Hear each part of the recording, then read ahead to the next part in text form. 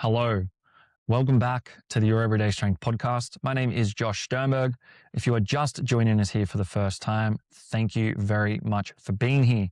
If you are returning, thank you. I appreciate the fuck out of you. And today's episode is it's the first solo episode I have done in as long as I can remember. And B, it's a pretty special one. Now, again, if you've read the title or you've clicked the fucking podcast, you already know I turned 30 this week.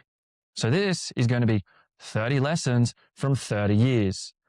Basically, it's going to be a little insight into my brain. I've broken it up into 3 sections to try and keep it a little bit more, streamlined as best as we can. There will probably be tangents. And given the fact that I'm going to be doing this one full solo on my own, that fucking might get lost along the way. But hey, here we go. Because part 1 is going to be identity and growth. Part 2 is relationships and emotional maturity. And then part 3, we're going to be rolling with success, purpose, and peace. Whew. It's been an interesting week, to say the least. It's been an interesting month, to say the least. Anybody who has, sort of followed me on Instagram or anything like that will have seen there's been a fair bit going on. I've spoken on it briefly in some of the conversations I've had with people over the last, fucking 3, 4, 5 months. But I haven't really gotten into it on here. And I also have probably been so overdue for an actual just catch-up podcast. But this is going to kind of be everything all encompassing and all at once. Bear with me. We're just going to fucking let it flow and see what happens. So as I said, this is essentially going to be a very, as succinct as I can make it, summary of 30 years. And to be completely honest with you, I have been so fucking anxious about turning 30.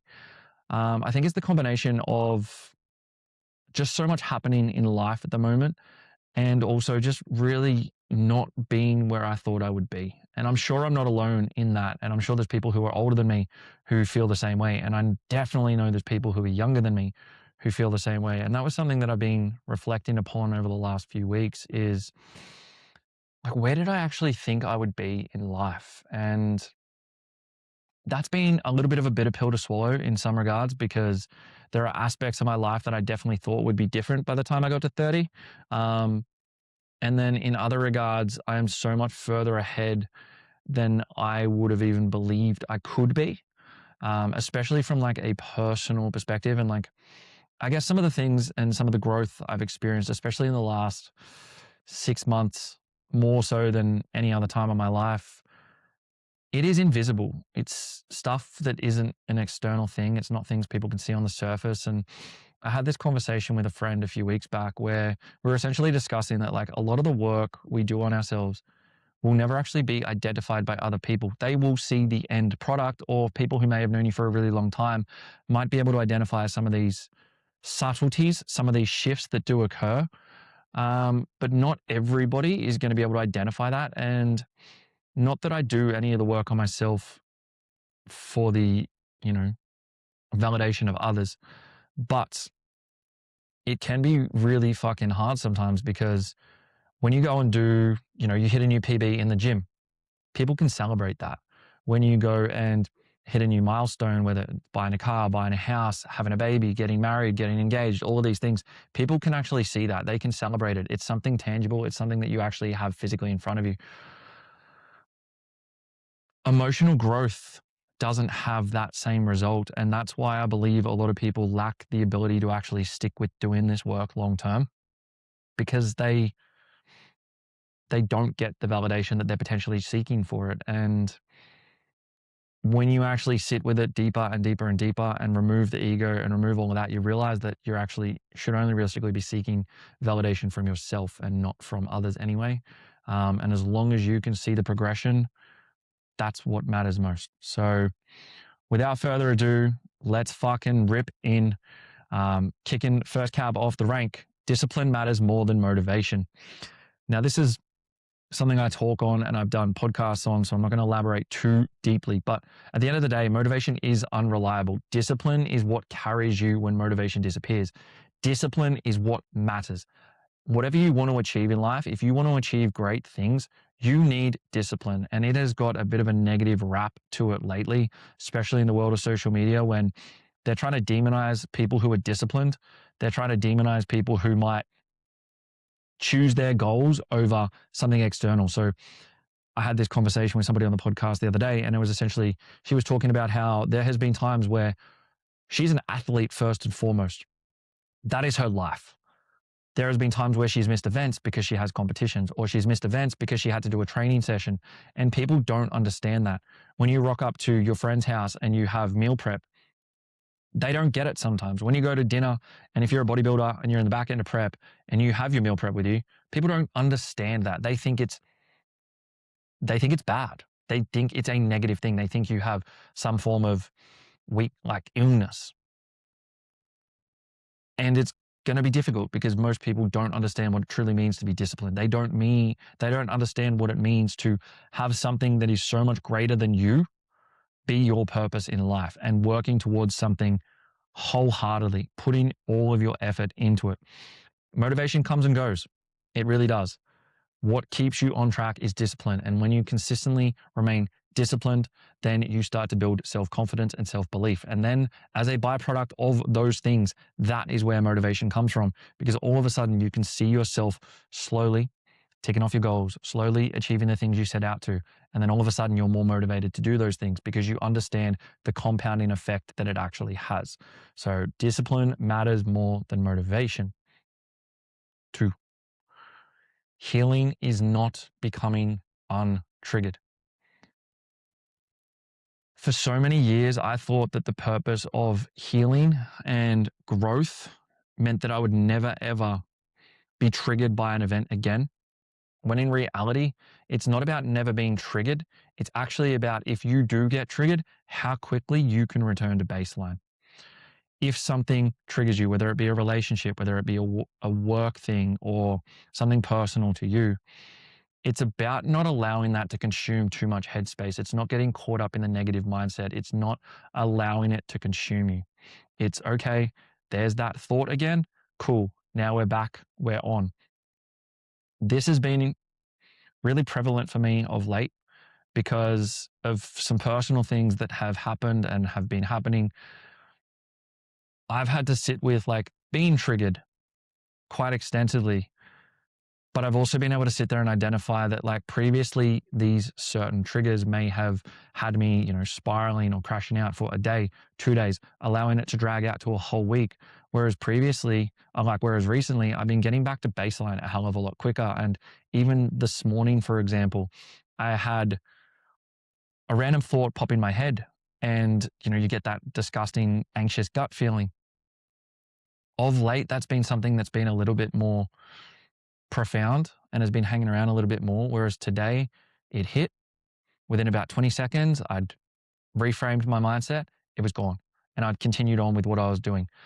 That to me was a huge fucking success, because it's not about not ever having that thought pop up, but it's about how quickly I can A, remove the thought, or B, continue on without having that thought affect me. And anybody who's done any form of deep healing, deep growth, deep work will understand that you will still be triggered by certain things, no matter how much work you do on those things.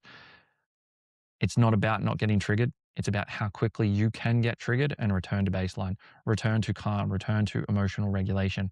That is the key. Which kind of leads into number 3, which is your nervous system knows before your mind does. Now, our bodies are so elaborate. Our brains are running 24/7. Anybody who understands anything about aspects such as like your reticular activating system. Now, if you don't know what your RAS is, it essentially means that what you focus on is what you will see. So the old analogy of you never see a yellow car until you think about yellow cars. Your brain works almost like that 24/7. There is so much input going into it. And that's why they say that like when you focus on good things happen. And on the other side of that, when you do focus on negative things and all of a sudden you find more negative things to be negative about, it's all one and the same. And your nervous system really does know before you do.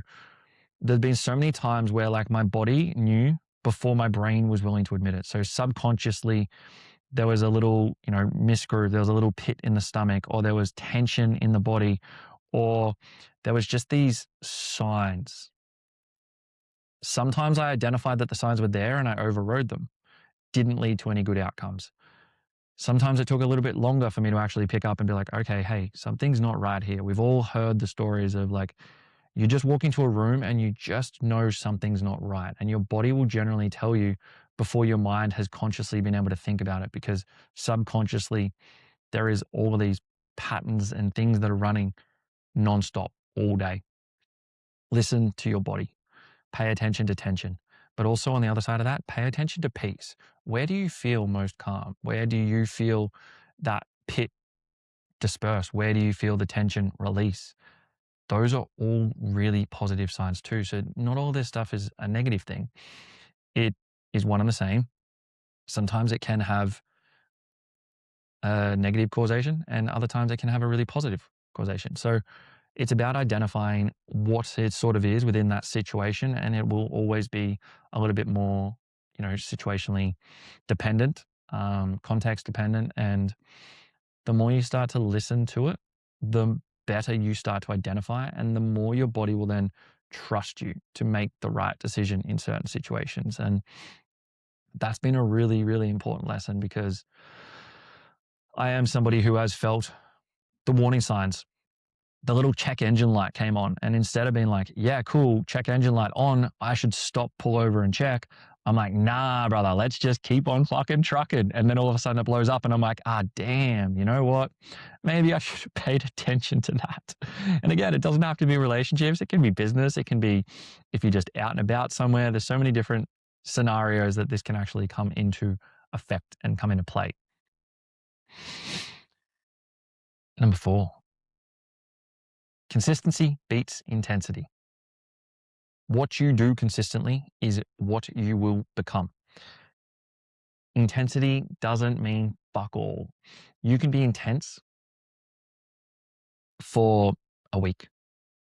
That week might be great, and then you drop off for the next 3. It's like, what can you maintain consistently? What can you do every single day consistently? Because it's these small actions that compound. It's the little things every single day. Nobody went and lost 20 kilos in a day, but you can lose 20 kilos over 6 months.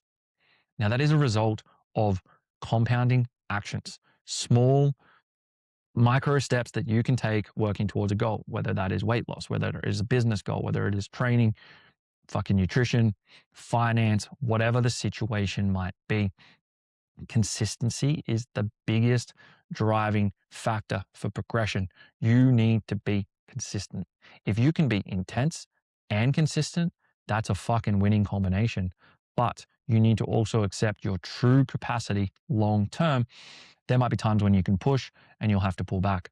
But what matters most is what you can do consistently over 3 months, 6 months, 12 months, 24 months, 5 years. That is what matters. And what you do over that period of time is who you will become. Because number 5, you cannot build a great life while abandoning yourself. Again, this has been a lesson that I learned probably the hard way. Overriding the little gut feelings, overriding what I believed I should be doing because I thought, other people had different interpretations or whatever the case might be. Self-sacrifice sounds noble until it becomes self-neglect.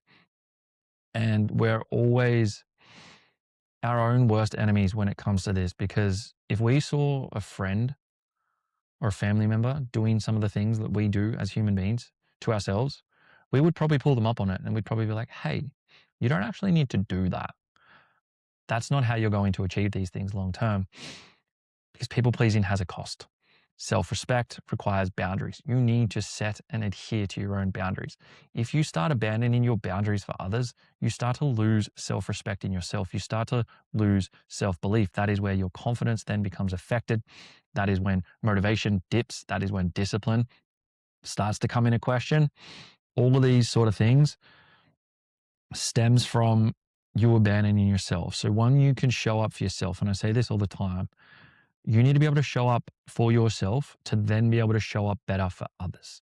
if you aren't doing the first step of showing up for yourself first and foremost, you cannot show up for others to your best. And if you want to show up for others to your best, you need to take a step back and first show up for yourself. That is one of the most important steps. Number 6, something I have been doing a fucking lot of lately. Reflection is one of our greatest assets. So many people go through life just raw dogging it. They just go day to day. They do not think about what they've done, how they've been, how they've shown up. Have they done the right thing? Have they not done the right thing? They just kind of trundle through life. One of our greatest abilities as human beings is our ability to reflect. Reflect on the good, reflect on the bad, reflect on what it is we want. Have we been doing what we need to do to achieve that? If yes, perfect. Congratulations. That's fucking amazing. If no, having these little self check ins and having this ability to reflect, and you need to be really open and honest with yourself when you do these things. It's not enough to just go, did I show up the way I wanted to? No. Okay. But why or how? Or how would you show up better next time? Or what is it that you can do in the future to ensure that that situation doesn't happen again, so that you're not repeating the same situations or scenarios time and time and time again? Now, yes, that could be to do with relationships. That could be to do with work relationships. That could be to do with a whole range of different things. But by taking a bit of a step back, reflecting upon your actions, reflecting upon what it is you have done, haven't done, have said, haven't said, etc. That is where like real greatness lies. That is where you will then have an ability to improve. And that's when you'll start to realize, hey, the work I am doing on myself is working, or this aspect is, but maybe this aspect isn't. So this is where I need to do a little bit more work. That then allows you to dive a little bit deeper, a little bit, further. Being brutally honest with yourself and looking at it all realistically is how you will grow. Don't baby yourself is one thing that I would definitely tell anybody. Is something I did for years is like, I would reflect, but I wouldn't necessarily then take the next step of reflection and like really openly and honestly making the changes that were needed. I was like, oh, I've reflected on it, so that's fine. It's like, then I'll go and repeat it. And I'm like, well, have I really reflected on it? Or have I just had a bit of a think about it and then I've just continued on and not really done anything? So reflection and then implementing some form of action plan in the future to ensure that if something has happened that you didn't necessarily want to happen, it doesn't. Or on the other side of that, if you are starting to achieve things that you want to achieve, it's like, cool, you can reflect upon that, identify these traits, characteristics that are helping you with that, and continue to double down on those, continue to push forward on the good that is happening in your life.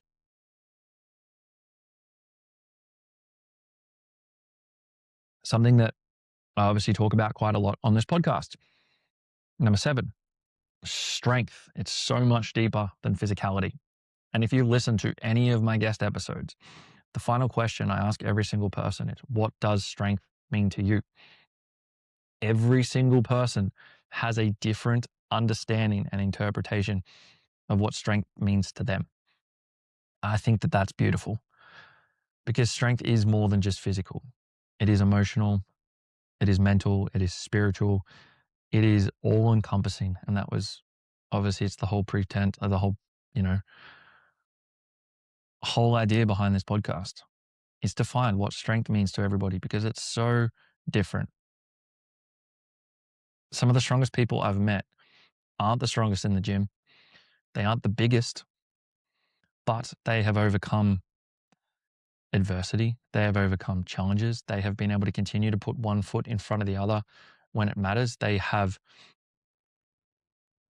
shown up for themselves. They have continued to push forward because strength is not always about what you can lift in a gym. Sometimes strength is how well you're able to lift others up. when they're struggling, how well you're able to show up for yourself when you're struggling. That's true strength. That is, that's the ability to continue to come back even when life gets hard, even when cards don't always fall where you want them to. Strength is finding your ability to pick the cards up and keep on moving regardless. And I think that's a really crucial step or understanding that people need to have. Number 8, information isn't the problem. I hear this all the time. Oh, I know what to do from a training nutrition perspective. Clients come to me, potential clients come to me. They're like, yeah, I know everything I need to be doing. I'm like, cool. So why have you not achieved your goals? Because information isn't the issue. Most people already know what to do.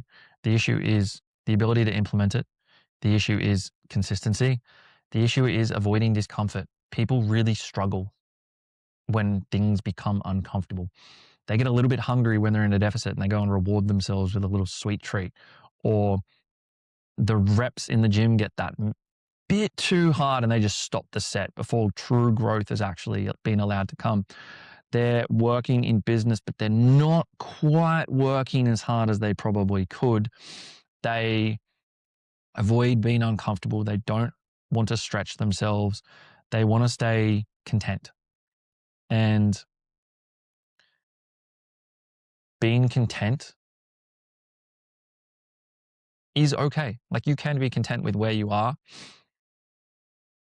But if you haven't achieved what you want to achieve, then you need to be the one to do the work. You need to be the one to actually show up, because it's that consistency. It's that ability to actually implement the things that you know. That's genuinely it. Do the fucking thing. Do the thing you know you need to do. Number 9, your environment shapes you. We've all heard it. You are the sum of those you surround yourself with, and it couldn't be more true. Who you spend time with matters. Their standards rub off on you. Their mindsets rub off on you. Energy is contagious. We know that everything is just energy transfer. Go and hang out in, and this is actually pretty relatable of late. I have been with Dad's cancer diagnosis. I have been spending a lot of time in a hospital. A lot. It's fucking depressing. It really is. Sitting, and I'm not even the person who's in the hospital bed. Sitting in a hospital room where there is buzzers going off everywhere, where there is uncertainty, where there's nurses coming in every 15, 20, 30 minutes, where there is, I've been watching my dad get poked and prodded and hooked up to machines and all of these like things. And I know that every single time I've left the hospital, I have been flat. I've been low energy, because the environment that I was in isn't really positive. On the flip side of that, even using the example of going to Hurt Locker or going to hang out with mates, you know that like when you're around certain people, they just lift the room up. They uplift those around them. When you go to a gym and there's so many people who are getting after it, doing hard things, trying to better themselves, pushing themselves, challenging themselves, you want to do better. You want to be better. And your environment is shaping you. So the people you spend your time with, they matter. If you're still hanging around the same mates that you've been friends with since you were a teenager, and all they want to do is drink and get on the piss every weekend and party, but you don't want to do that, well, you've either got one of two options. It's you go and find a new friendship circle, or you try and start to lift those people up around you. And at some point, you're going to have to accept that if you do want to be better, you need to do better. You need to go and surround yourself with people who are doing better. One of my greatest learnings in life has always come by surrounding myself with people who are doing better than I am, whether that is in business, whether that is in training or any of those sort of environments, like finding people who are doing things that I want to do and going surrounding myself with them. If somebody hasn't achieved what I want to achieve, I'm not taking advice from them. If they're not someone that has done what I want to do, I'm not taking advice from them. Like, why would I? Because at the end of the day, yes, you can learn a lot of lessons from different people. And I do believe there's lessons that everyone can teach you. Sometimes people are around you to teach you what you don't want to be, teach you what you don't want to become. And once you are able to identify that, it's then your responsibility to shift environments. If you want to change, if you want to be different, if you want to do and be better, you need to go and find people doing and being better. That's just as simple as I can make it. Your environment shapes you so much more than you think. And it's a tough lesson to learn because it does sometimes mean that you might have to cut off relationships that have been around for a really long time. And it's not because it's a negative on that individual, but it is a positive for yourself. You owe it to yourself to become the best version of you. And if that isn't necessarily being able to be done within the current group of friends you might have or similar environments, then it's on you. It's your responsibility to actually accept that and do something about it. You can't say you want better and then continue to hold yourself back in an environment that's not allowing you to be better. Good. Number 10, wrapping up part 1. Being busy isn't the same as being productive. This is something that took me years to learn. I used to just fill my schedule every single day purely because I was like, well, being busy is a good thing. And I always used to say to people all the time, I'm like, oh yeah, I'm really busy. It's like, there's been times where I have been really busy, like actually genuinely busy. But one thing I've always also learned is I can always be busier. And something that I shifted my mindset around quite a long time ago is it's okay to be busy. It is, it genuinely is, as long as you're being productive, because there needs to be some productivity within what you are actually doing. If you're just sitting there and spending fucking 10 hours on your computer for the sake of it because you need to, or you're an online coach and that's what you think you need to do is just sit on your computer all day, you're wrong. Because when you do start to get busy, you'll all of a sudden be like, well, what the fuck? I don't have any time. One thing that shifted for me years and years ago was keeping the quality of work high whilst getting it done quickly. I am very streamlined in the way in which I approach everything I do. Now, this often means that I will finish work fairly early in the morning. I start work early, but I will generally also finish early. What I used to do and where I used to go wrong was I would then finish early, but try and figure out ways to drag things out for the entire day or try and fill up my schedule because I thought that's what I needed to do.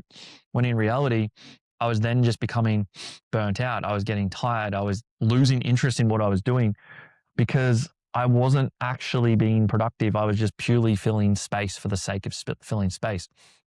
When I started to double down and actually like put focus into what matters, that is where everything shifted for me. That is where I started to re-find love and enjoyment in what I was doing every single day. That is when I started to realize that like, hey, you know what?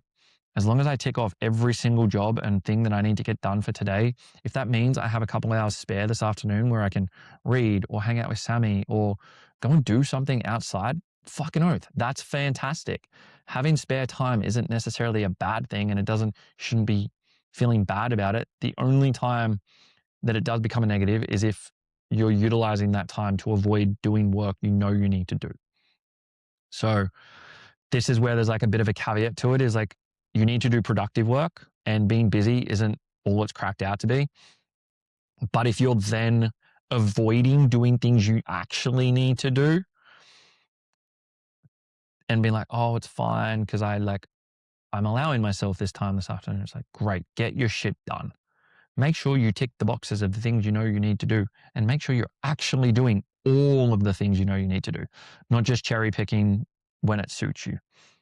Get your shit done, get it done to a high standard, get it done as fast as you can, continue on with your day.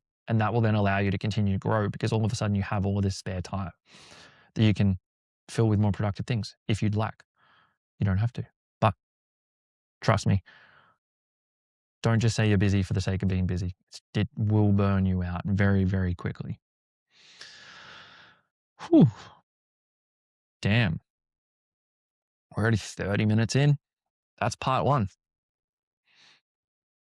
Part two, relationships and emotional maturity.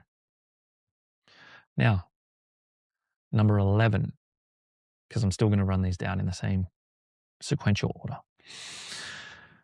Confidence is built through evidence.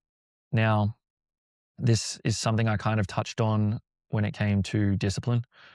Confidence comes as a byproduct of you showing up and doing the thing that you know you need to do and proving to yourself. You can't think your way into being confident. Trust me. Like, you just can't. You become confident by having wins on the board, by stacking wins, by having runs on the board, by getting the things done that you know you need to get done. It's not just about what you did on the days you felt amazing. It's about what you did on the days you didn't feel amazing. That's where confidence is built. And confidence does come as a byproduct of being disciplined, because, as I said, like, when you start to be disciplined and you show up even some days when you don't necessarily want to, and you start to stack those wins and you start to prove to yourself that you can do uncomfortable things and you can show up when it matters most, that is where self-belief comes in. When self-belief comes in, that is where self-confidence comes in. And as I said, confidence can only be built through the evidence that you can do hard things, that you can achieve the goals you want to achieve. Some people, they're just born confident. Is it cockiness? Is it arrogance? Undetermined sometimes. But even then, those people aren't that way because they just sat at home and thought, oh, I'm going to be this person. They've probably come from some form of background that has actually allowed them to feel confident because they have done things over time. Situationally dependent again. Sometimes it's good, sometimes not so great. But confidence comes from action. It comes from proof, and it comes from keeping promises to yourself. Showing yourself that you can do the hard things for a consistent, long amount of time will then allow you to build self-belief. Self-belief leads to self-confidence. Confidence leads to motivation. Bang. It's all together. It all comes back around eventually. So you want to get confident? Go do hard shit. Go do the things you don't necessarily want to do. Go do the boring things that help to push your business further along. Go and do all of that, and you will be so fucking confident in your ability to actually do the thing that you'll never have to question yourself again. And that's an amazing feeling. It really is. When you have ticked off, if you write lists, if you tick off your list in a day and you know that you've given 100% to that day, your self-belief skyrockets. And then you wake up excited for the next day because you're like, man, how can I continue to prove to myself who I am? It all comes back to yourself. Part two still, number 12. Some of these are going to be a little bit more open, a little bit more vulnerable. At the end of the day, these are the lessons I have learned over my journey. Number 12, some people can love you, but not hold you properly. This is a really fucking hard lesson I've learned.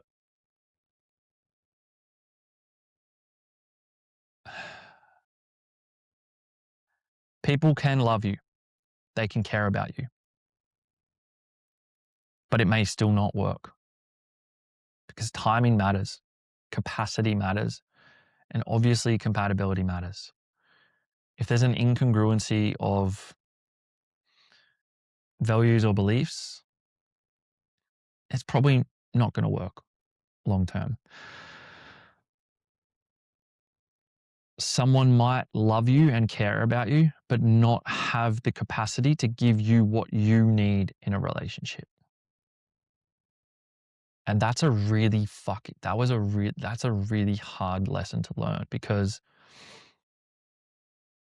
we're taught from a young age that, like, oh, if you show up and you give love to someone and they give love to you, then it's perfect and it's a fairy tale and everything works out fantastically.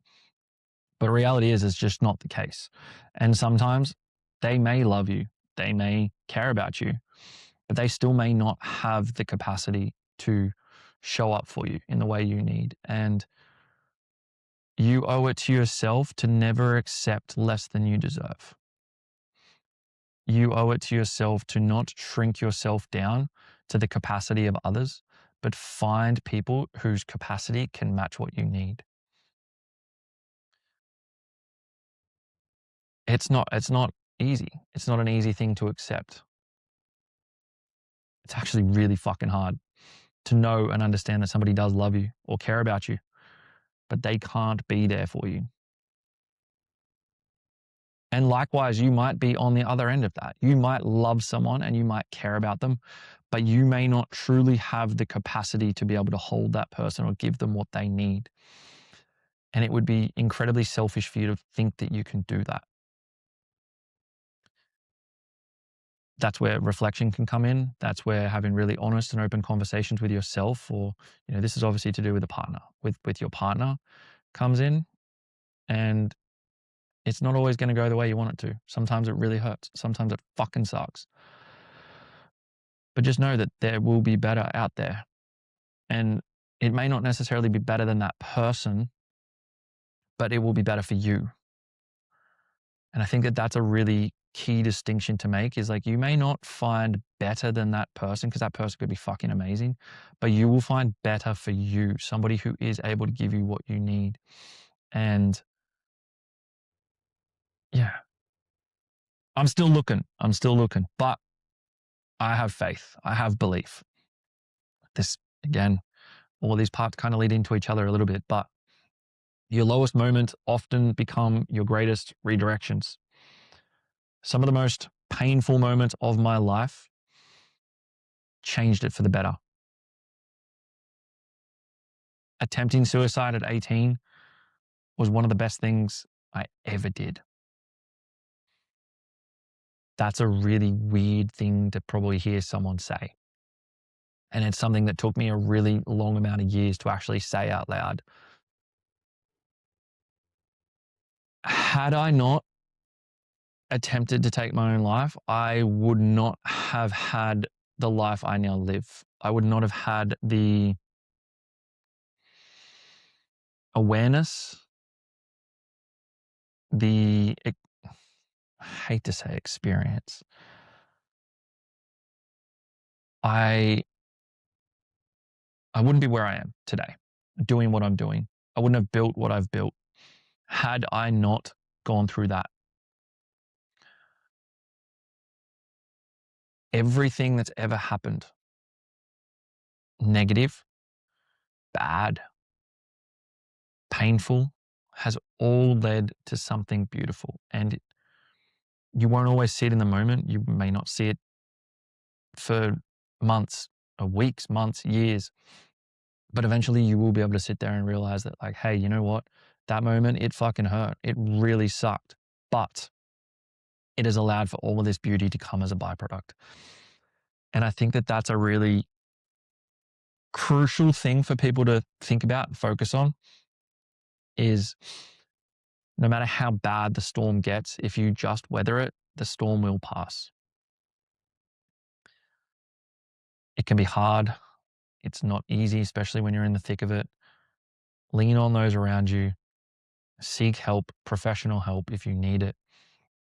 But understand that everything really does get better. And you will probably look back at some point and realize, holy fuck, that nearly broke me, but I am so much stronger because of it.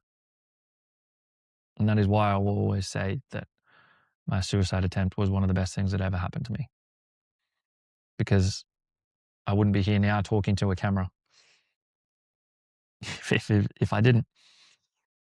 So yeah, it gives you perspective. So try to remember that if you are going through a tough time, please understand it. It really, really does get better. And if you seek professional help, they will be able to help you move through that in a healthy way. Um, your body keeps score. We kind of spoke about the body before, but you can't separate physical from mental health. Stress shows up physically, recovery matters, sleep matters.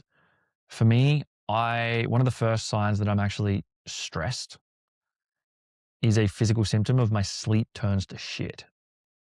Even if I feel good, like if I think I'm doing okay and I think I'm doing pretty well, my sleep turns to shit. And this can be, representative of if I need a deload in my training too, right? Physically, stress all stress, all encompassing. It all goes in the same basket, which is us. Training stress, nutrition stress, relationship stress, work stress, finance stress, all of it goes in the same basket. And eventually there becomes a point where we can't hold it all at once. I've started to identify that like I'm pretty good at dealing with stress. I got a pretty high tolerance to stress. Once I realize my sleep is starting to get a little bit fucking how you going, that's when I'm like, I need to backtrack a little bit here. There's something amiss. Have I missed something? Where do I need to like adjust? It's like a little internal compass for me is my sleep. And then once I become more emotionally regulated and regulate my nervous system a little bit better, that's when I'm like, my sleep is great again. I'm like, cool, we did the thing. Whether that is a deload in my training, whether that is going over my budget again, or anything to do with that, or even a situation I'm dealing with like a person. It's like, cool, okay, well, I probably need to address something here because clearly my body is not liking what's happening and we're going to need to go through that. So, yeah. 15. Nobody has it all figured out. No one, not a single person. When I went to Modern Wisdom Live and was listening to Chris Williamson speak, he discussed the idea that adults don't exist. And the way he was sort of discussing it was more around as we age, we're always told, like from kids, right? It's like, go and find an adult. They all know what to do.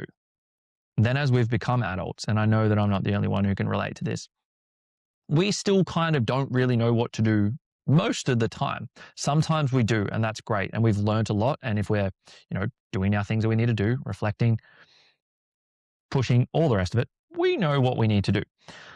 Sometimes we don't. And learning that like not everybody has it all figured out will help you feel a hell of a lot better about yourself. Will help you feel a lot better about where you're at that point in time. Because when I was 18, I thought all adults had the answers to everything. Now I've just turned 30 and I've realized that like I really don't have the answers to everything.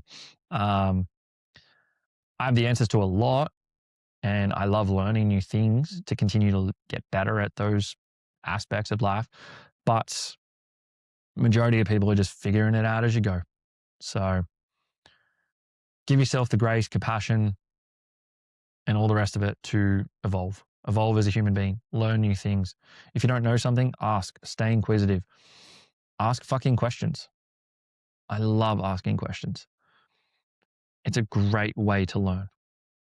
Don't ever feel embarrassed about not knowing something because everybody who's learnt anything has at one point in time not known that thing themselves. So ask questions, stay inquisitive. I mean, it should realistically go without saying, but social media is not real life. It's just not. It's generally a highlight reel. I try to keep it as real as I can most of the time, but I also don't want to be all doom and gloom. I do want to try and spread some positivity in a very dark and gloomy world. It's not real life. Don't get caught up in someone's highlight reel.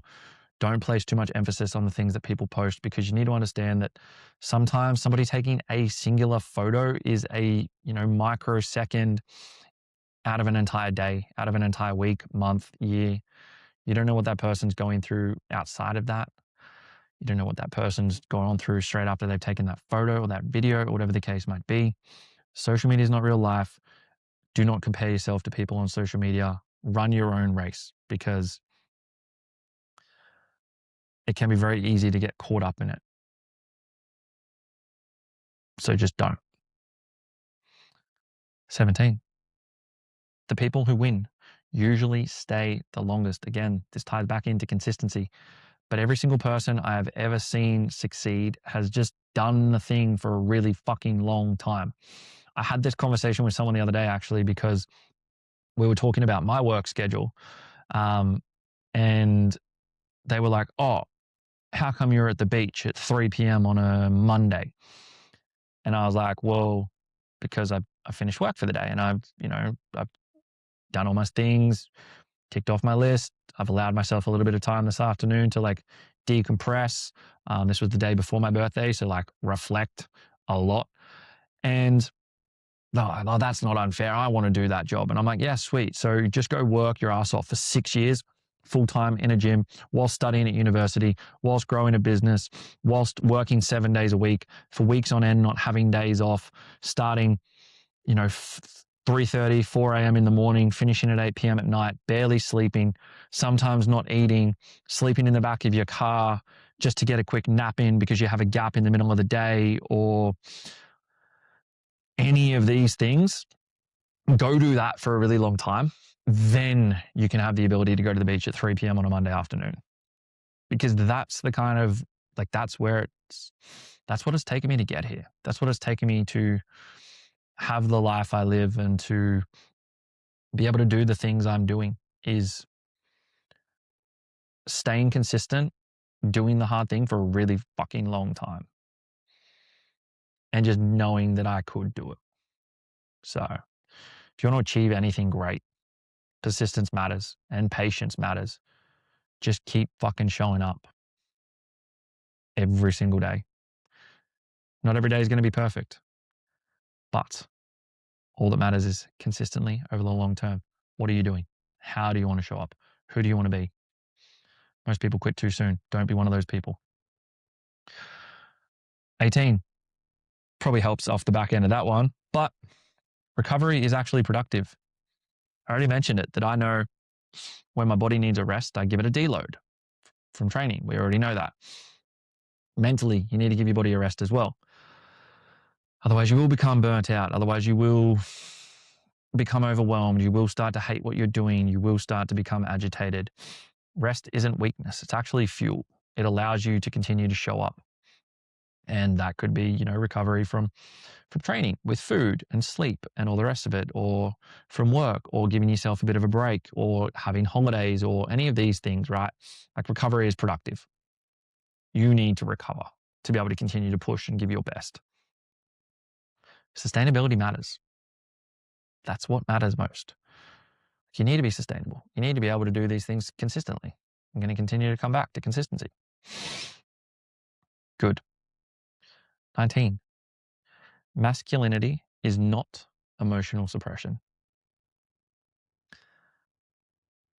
Young men are taught, boys don't cry. Don't share your emotions. You need to be tough. You need to be strong. You need to be this. You need to be that. You know what's really fucking strong as a man? Being able to emotionally regulate. You know what's really strong as a man? Being able to control your emotions. Being in control of your emotions. Not being angry and reactive and pissed off at the world because you had a rough upbringing, or someone said something you didn't like and you can't regulate yourself enough to actually be able to handle that. Suppressing your emotions only ends one way, and it's not good. I suppressed my emotions for so long and then tried to take my own life. I'm a pretty emotional dude. I cry a lot, probably more than most. Tears of joy, especially at fucking dogs on TikTok.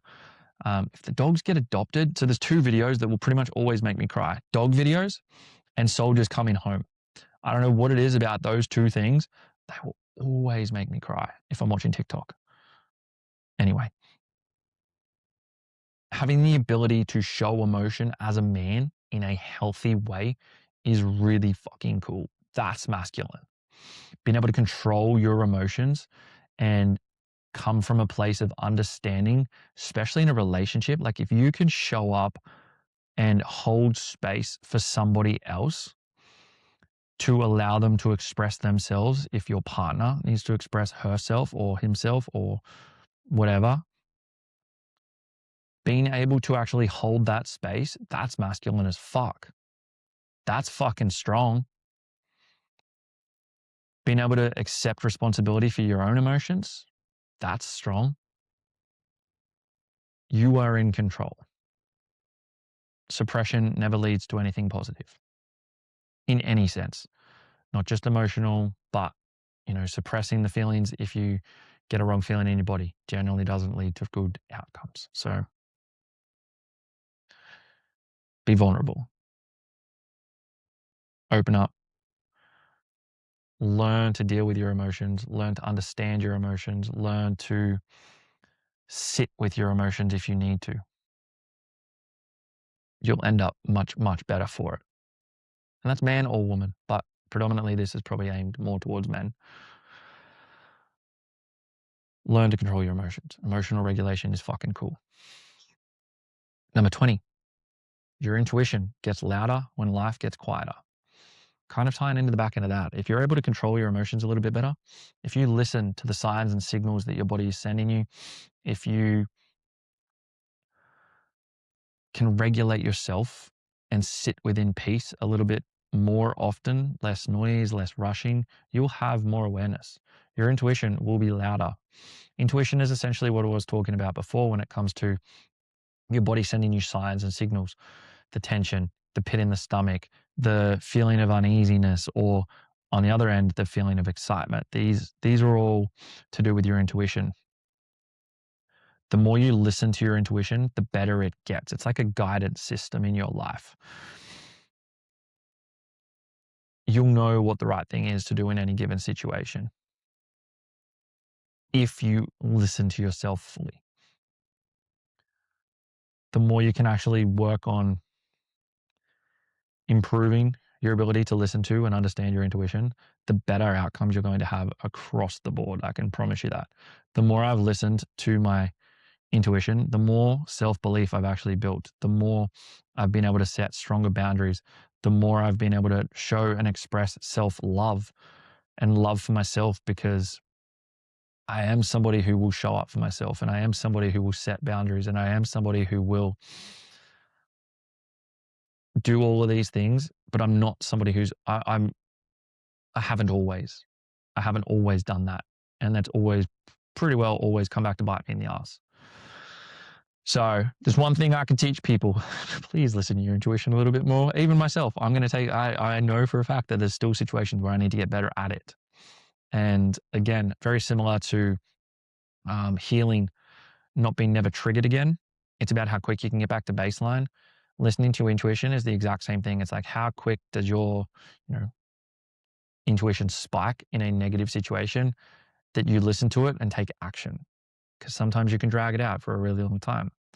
Sometimes you can know the solution or the answer to a problem, but still not do it until it's like, it starts as a whisper and then it starts screaming. And you're like, okay, now I will listen to it, which start to listen when it whispers, not when it's screaming. Trust me. I wish I did it better. Part 3, success, purpose, and peace.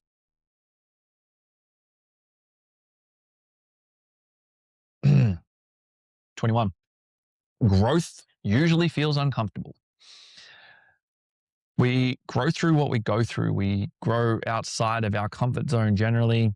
Life happens on the other side of fear. The best things I've ever had happen to me happen as a result of some really tough times, some really hard times. Sometimes when I've been scared, it doesn't feel comfortable always. It's kind of like when you're training, right? And you know that the best way to achieve growth is to train within 1 to 2 reps of failure. So as you get to the back end of a set, and then it starts to feel it, you start to feel that little bit of tension, that little bit of pain in a good sense. And then you know that, like, okay, cool, now we're growing. Now we're actually pushing ourselves past our point of equilibrium. We're actually facilitating growth. That's how it is outside of the gym as well. Generally, you will grow through some of the hardest and most uncomfortable times of your life. Leaning into the things that scare you the most is generally where you will grow more than anything else. Me moving down to Melbourne this year, I've experienced more growth in the last like 6 months than probably the last 2 to 3 years combined. And that's saying something because I have been on a fucking journey over the last couple of years. But having to push myself into uncomfortable situations has really forced me to grow and shown myself that I am actually really capable of doing uncomfortable things. And as a result, has then obviously led to me being more confident, having more self-belief, which has then motivated me to continue to do those things, so on and so forth. It continues to compound. So growth might feel uncomfortable, but I guarantee the end result is fucking worth it. You stop chasing when you believe you're enough. I think this can probably tie into relationships and things like that too, because so often we don't feel like we're enough, whether that be for other people, whether that be for success, whether that be we self-sabotage because we're just not sure we're actually ready for whatever that next step is. We get to the point of it being uncomfortable and we decide that we're actually going to stop just here. We're at RPE 7 and we're going to stop right here. This is comfortable for us because you don't believe you're enough. But the belief that you're enough stems from internal. You first need to believe that you are enough in any given situation to have whatever it is that you want.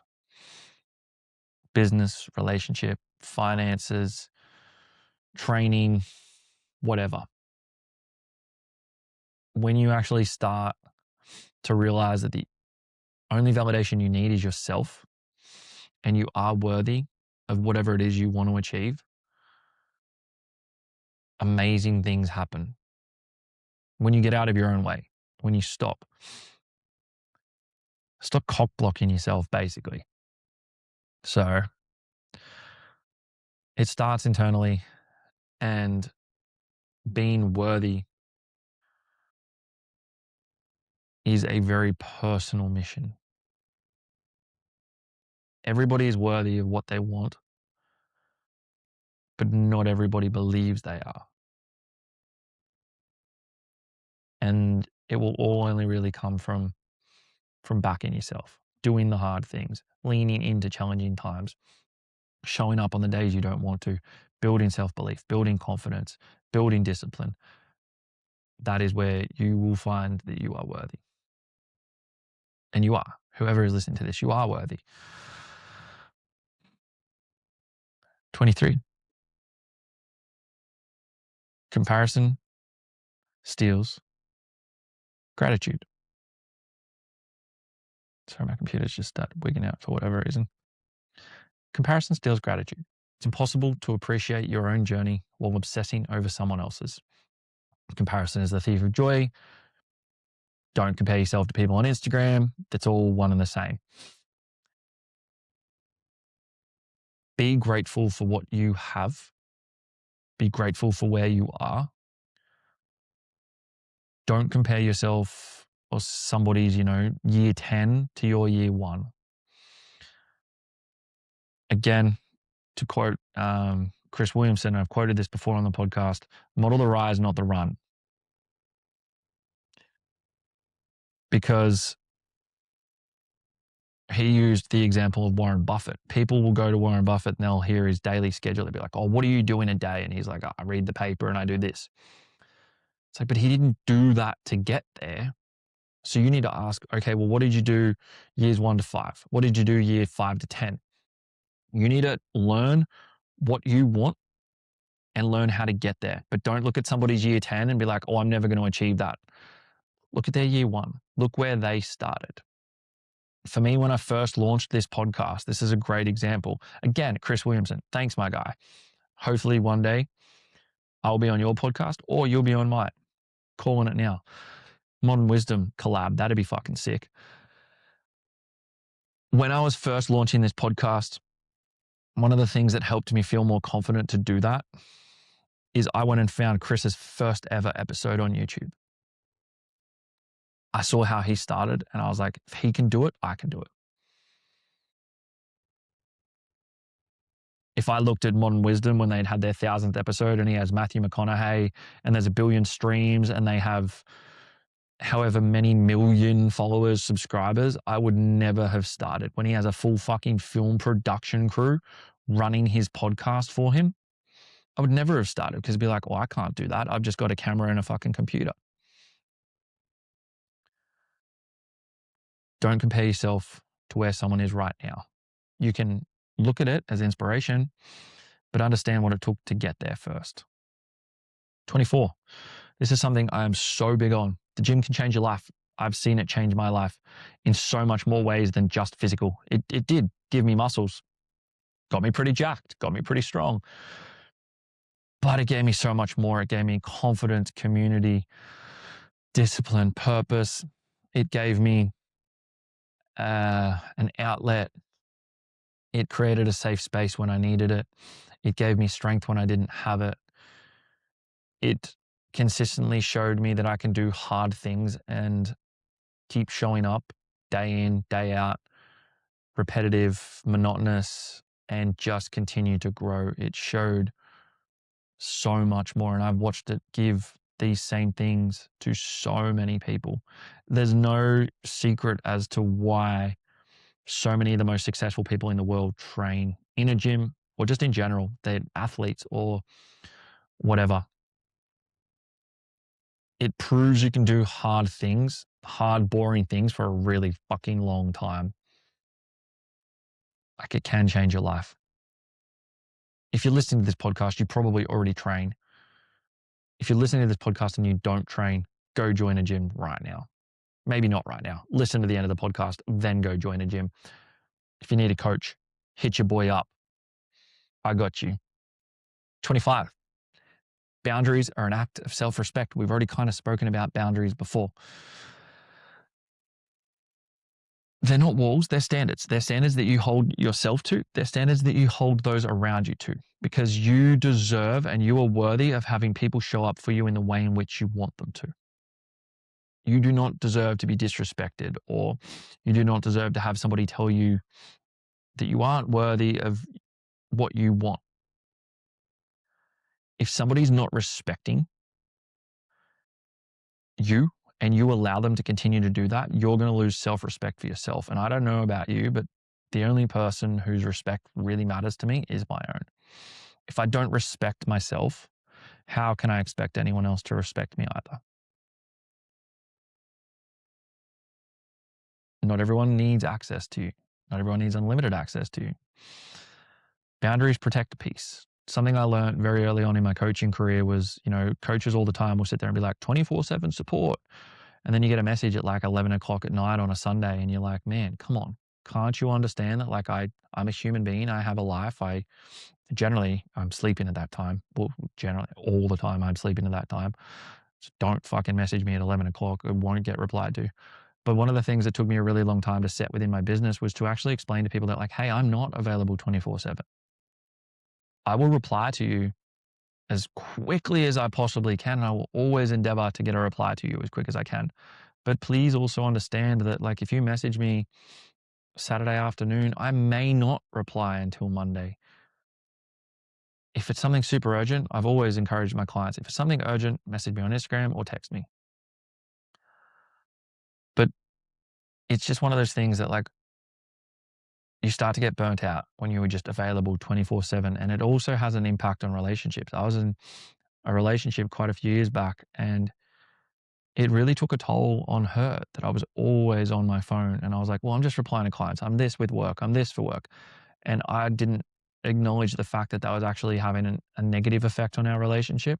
I thought I was doing the right thing because I was showing up for my clients and I was showing up for the people who were paying me and paying my bills and doing all these things. But I actually wasn't showing up for my partner and I also wasn't showing up for myself. when you start to learn this and you start to gain that self-respect, it becomes easier to set boundaries. And that's across the board in so many different realms. 26. You cannot control everything. You can't control, and this is something that's been really, really prevalent in life at the moment. You can't control everything, but you can control how you react. You can control your emotions. You can control your actions. You can't always control the outcome. You can't control other people's actions. You can't control other people's words, emotions, anything like that. With Dad's cancer diagnosis, it could have been really easy for me to get so caught up in like the uncontrollable. I can't control what the doctors are doing. I can't control how his body's going to respond to chemo. I can't control him getting cancer in the first place. I can't control any of those things. If I'd focused too much on that, I would have gotten angry, frustrated, annoyed, upset, all of these negative emotions. Instead, what could I control? I could control how I showed up. I could control showing up for him consistently. I could control some training and nutrition related stuff and help him in that aspect of things. I could control just showing up and sitting in the fucking hospital for hours, just sitting there with him. That's what I could control. That was what I could do. And when I started to do all of that, I felt better because I was controlling everything I could. You can't control the outcome of everything. Sometimes you just need to let life unfold how it's going to. And it won't always be perfect. It won't always be how you want it to. But life always happens as it's meant to. And I can't sit here and say that like life happens for us, not to us, if I only believe that to be true with the good things. Because as I said, some of my best lessons and some of my biggest growth has come from really shitty situations. And I'm praying with every single thing I can, even, you know, this situation in itself has a really positive outcome, but at the same time, I can't control that. I can only control how I show up. That's it. Number 27. Habits quietly become your identity. We've spoken about small actions compounding every single day. You become what you repeatedly do. If you wake up and your alarm goes off, you get straight up out of bed, you get started in your day. Great. If you wake up, you press snooze, you get on your phone, you lay in bed, the morning drags out, all of a sudden, oh, I don't have time to do that. It's like, well, yeah, because you just wasted 40 minutes fucking doom scrolling on TikTok.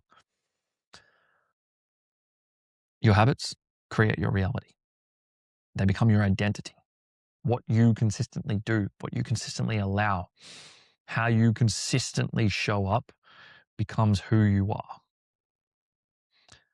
Make sure that who you are is someone you're proud of and someone you want to be.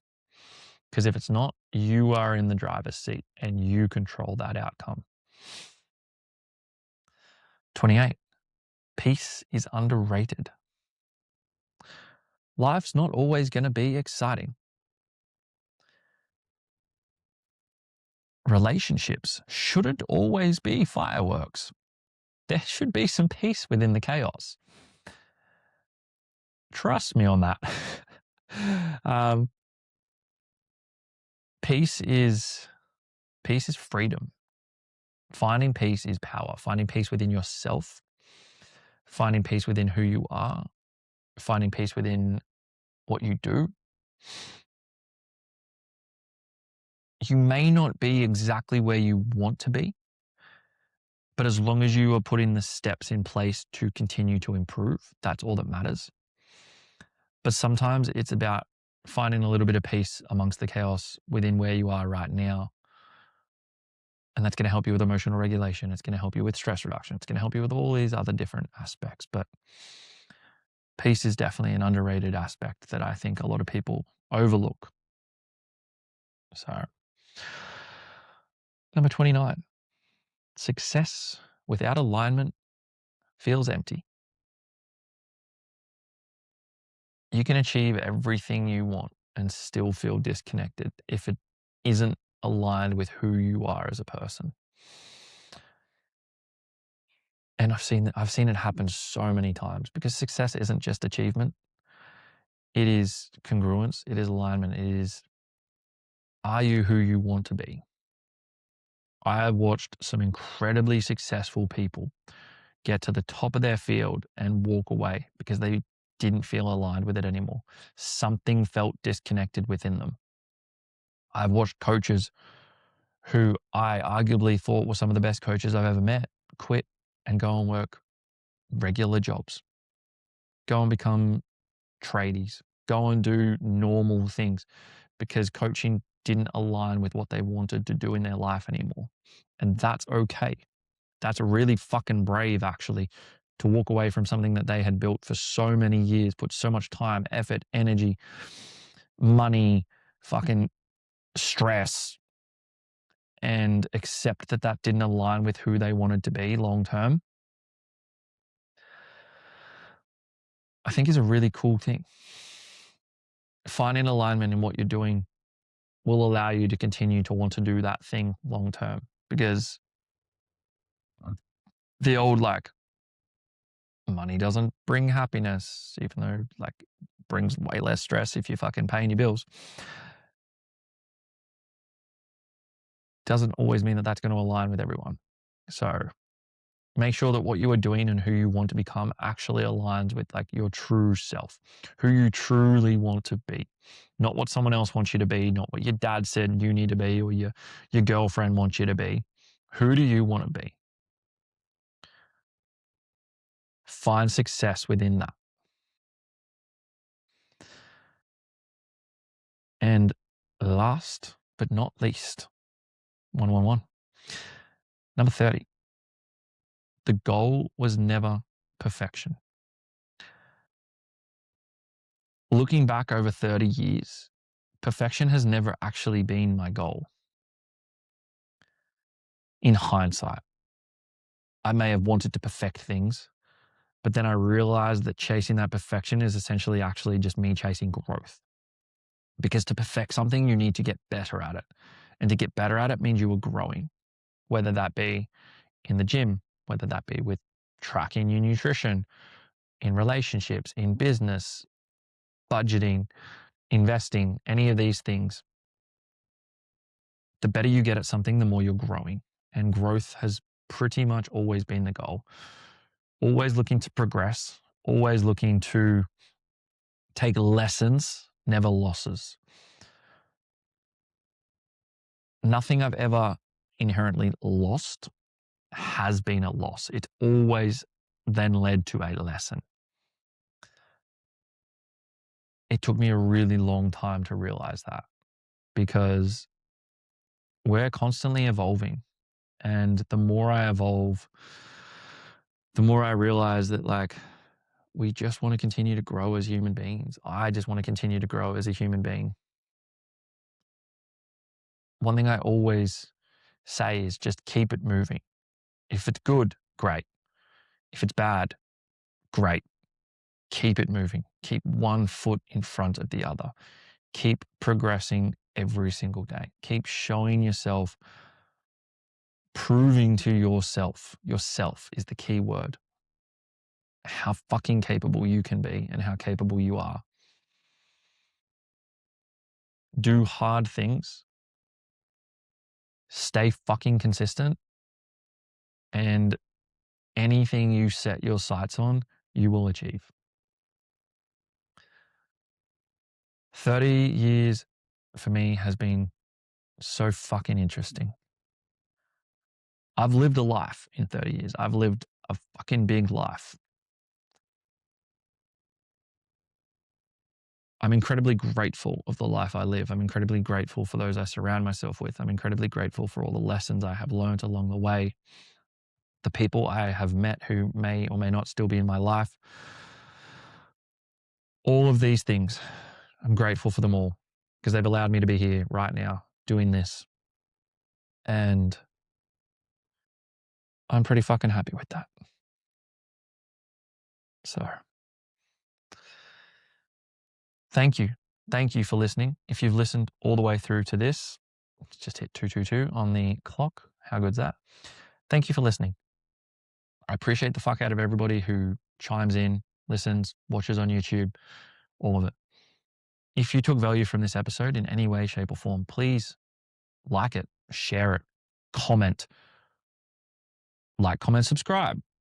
If you don't follow the Spotify and you listen on Spotify, please follow the Spotify. If you don't subscribe on YouTube and you watch it on YouTube, please subscribe on YouTube. Same with Apple Podcasts. Follow the Instagram. Follow my Instagram if you're not. If you're not following my Instagram but you follow the podcast, like cool, but like follow me. Message me. Send me a message. I love chatting with people, and I love when I get to listen to people who've taken lessons or have learnt things through the podcast. I appreciate everyone. 30. I get told 30 is the new 20. So I'm very excited for what this next decade has in store. I'm excited for what this next 12 months has in store. I appreciate the fuck out of all of you. Thank you very much for listening. Have a fantastic day, and I'll catch you on the next one.